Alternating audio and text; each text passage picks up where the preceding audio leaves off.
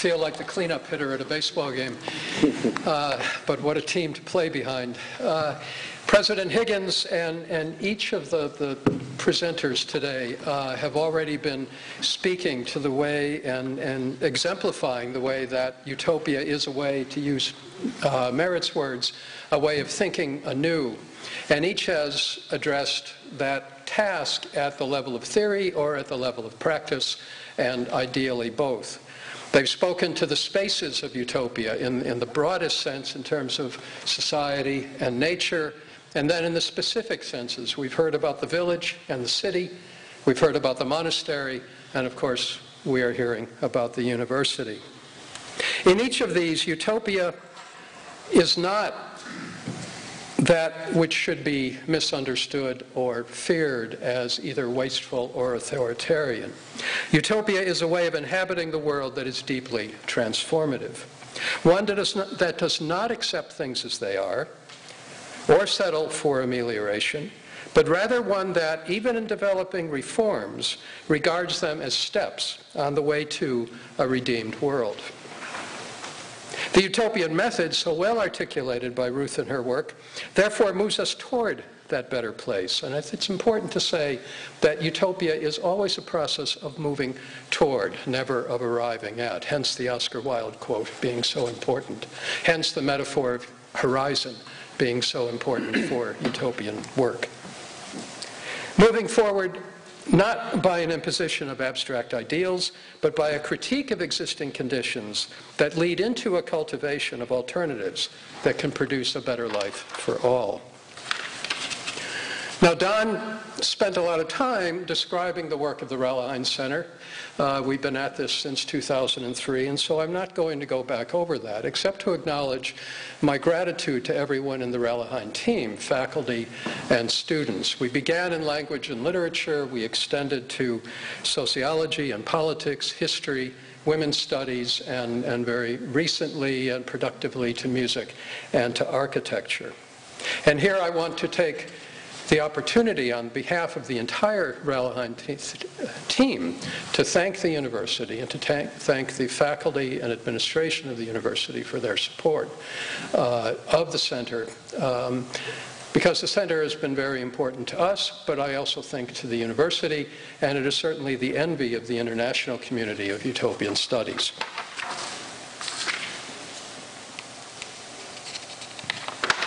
For my part today, then, I want to turn back to that space of the university and outline a general perspective and then lead us back to a conclusion on UL itself. Now, if you look back at the history of descriptions or articulations of the purpose of the university, we can see that they have been with us a very long time. And what I'm suggesting today, and what I'm doing in the next few pages, is working with a utopian hermeneutic, a way of interpretation developed by Ernst Bloch, in which we not only read these as products of their time, but also discover their enduring element of possibility, what Bloch called their utopian surplus, that can supply us still with guidelines for attaining the fullest possibilities for the university as a key sector in the health and development of our society.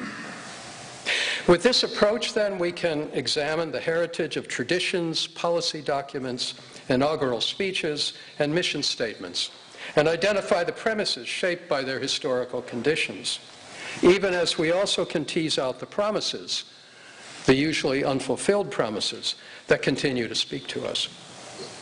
In these, we usually discover a conflict between a commitment to an unalienated production of knowledge and an insistence on outputs that serve the requirements of the present order, too often set by those who are the most powerful or articulate, and/or articulate.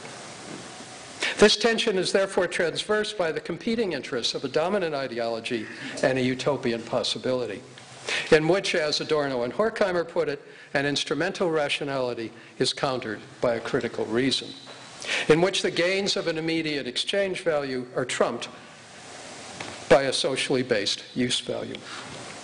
And so, in a very brief utopian harvest, I'd like to reach back and look at first, or name, I'm just going to mention, not look at in detail, the medieval university in Bologna, and value it as a protected space of autonomous learning. To the 19th century in Germany, to von Humboldt's call for a unity of research and teaching as an important step toward pulling emergent knowledge into a dynamic pedagogy. Later in that century, to the U.S. land-grant universities with their legislated mandate to bring the work of higher education to the service of communities. In the years after World War II, to the nearly global democratization of the university with its structures of transparent faculty governance and its openness to the study and development of new subjectivities and new critical forms of study. And finally, in a spiral of history, to the contemporary Bologna principles with their commitment to the best of humanist thoughts in what President Higgins has called a social and moral Europe, one that is itself a utopian project. This investigation could fill a very interesting seminar for a semester, but there's no time for that. So, as did Don Barry in his presidential inaugural address, part of this heritage that I'm claiming, I want to focus on one elaboration of the idea of a university that remains influential long after its own conditions of production have faded. And that's the eponymous text by John Henry Newman, published in 1852. Of the central principles that inform Newman's discourses, his proposals for a Catholic university may perhaps remain within the parameters of the period, but his argument that the university should teach universal knowledge as an end in itself still resonates. In Discourse 8, Newman rehearses his argument, namely, quote, that knowledge is its own reward and is the scope of the academical institution, but also that this knowledge must take the form of philosophy, or as he, I think, importantly put it, its matter must not be admitted into the mind passively, but must be appropriated as a system consisting of parts, related to one another and interpretive of one another in the unity of the whole. In his rejection of utilitarianism, as he valorizes knowledge produced by an active and comparative reason, Newman anticipates a utopian capacity that can empower the growth of a freer and deeper learning, the sort of learning that Petter was talking about. Yet despite his polemic against mechanical knowledge, he nonetheless brings the moral surplus of his first principle to bear on his declaration of the value of higher education for the improvement of society. For while asserting that knowledge must be sought for its own sake, he carefully affirms that it is also, in his words, of great secular utility, constituting the best and highest formation of the intellect for social and political life. Therefore, to expose the utopian core of Newman's argument, we must strip away his historical and ideological framework. We need to reconsider it in terms of our more secular society. We need also to set aside his separation of research and teaching and redeploy them in a line closer to von Humboldt's as an imbricated pair in which new knowledge proceeds not from the passive delivery of traditional wisdom, driven by what Paulo Freire calls the banking concept of education, but rather from what the Brazilian educator identifies as the dialogical interaction of teachers and students. Finally, we need to remove the class and gender standpoint from which he speaks and recast his project in our democratic context as we aim to educate, not gentlemen, as he put it, but citizens in a republic. While we can learn then from this utopian surplus, we need to recognize that in our era, dominated, as others have said, by a socio-economic and ideological logic that suppresses alternatives, Maggie Thatcher's famous line, "There is no alternative," and looks at humanity and nature in terms of potential exchange value, philosophy, as valued by Newman, can no longer work simply to ameliorate or even enrich what already exists. In the spirit of the very important epistemological paradigm shift of the 60s and 70s, 1960s and 70s, we should now, I think, I would argue, speak more precisely not of philosophy but of theory, and critical theory at that. For now we need to embrace knowledge production not as bound by tradition, however compelling that may be, nor as driven by instrumental objectives, whatever their claims for legitimacy, but rather as an intellectual engagement with the world that aims, in the words of liberation theologian Gustavo Gutierrez, at denouncing the present order of things and announcing a society that can realistically, because working from actual tendencies and latencies in the world, meet the needs and desires of humanity, but do so in a nurturing coevolution with non-human nature. With this utopian calibration, then, I suggest that higher education's exploration of knowledge must today be understood as a future-bearing form of critical and anticipatory reason, so that it realizes what Herbert Marcuse called, quote, the possibility of an essentially new human reality, namely existence and free time on the basis of fulfilled vital needs, close quote. And we can think about how the dialectic of research and teaching can best serve this aim. And as we do that, we should recall what one of the founders of cultural studies, the field from which I moved into utopian studies, Stuart Hall, said about the dialogical relationship between his Birmingham Cultural Studies faculty and their students. This is Hall. So from the start we said, what are you interested in? What really bugs you about culture and society now? What do you really think is a problem you don't understand out there in the terrible interconnection between culture and politics? And then we will find a way of studying that seriously. From this utopian idea of a university, I want to conclude with a look at UL as a utopian project. Given the time remaining and wanting to save time for discussion, this will be more of a maquette than a program. Nevertheless, there are certain very probably idiosyncratic points that I would like to emphasize. And I'll begin that by endorsing Don Barry's proposition in his inaugural address, that our aim should be, as he put it, to educate students to be independent, knowledgeable, rigorous, and creative thinkers within the remit of a liberal education. For myself, I would add that such an aim can best be achieved by way of a dialogic, problem-solving pedagogy, one that, for example, could thrive in first-year and final-year seminars based in the intellectual interests of individual faculty, or that already thrives, as we see, in the small group work carried out in our medical school and in the studio classes in architecture and music. And here I understand and I acknowledge that these are very expensive options, but necessary to talk about.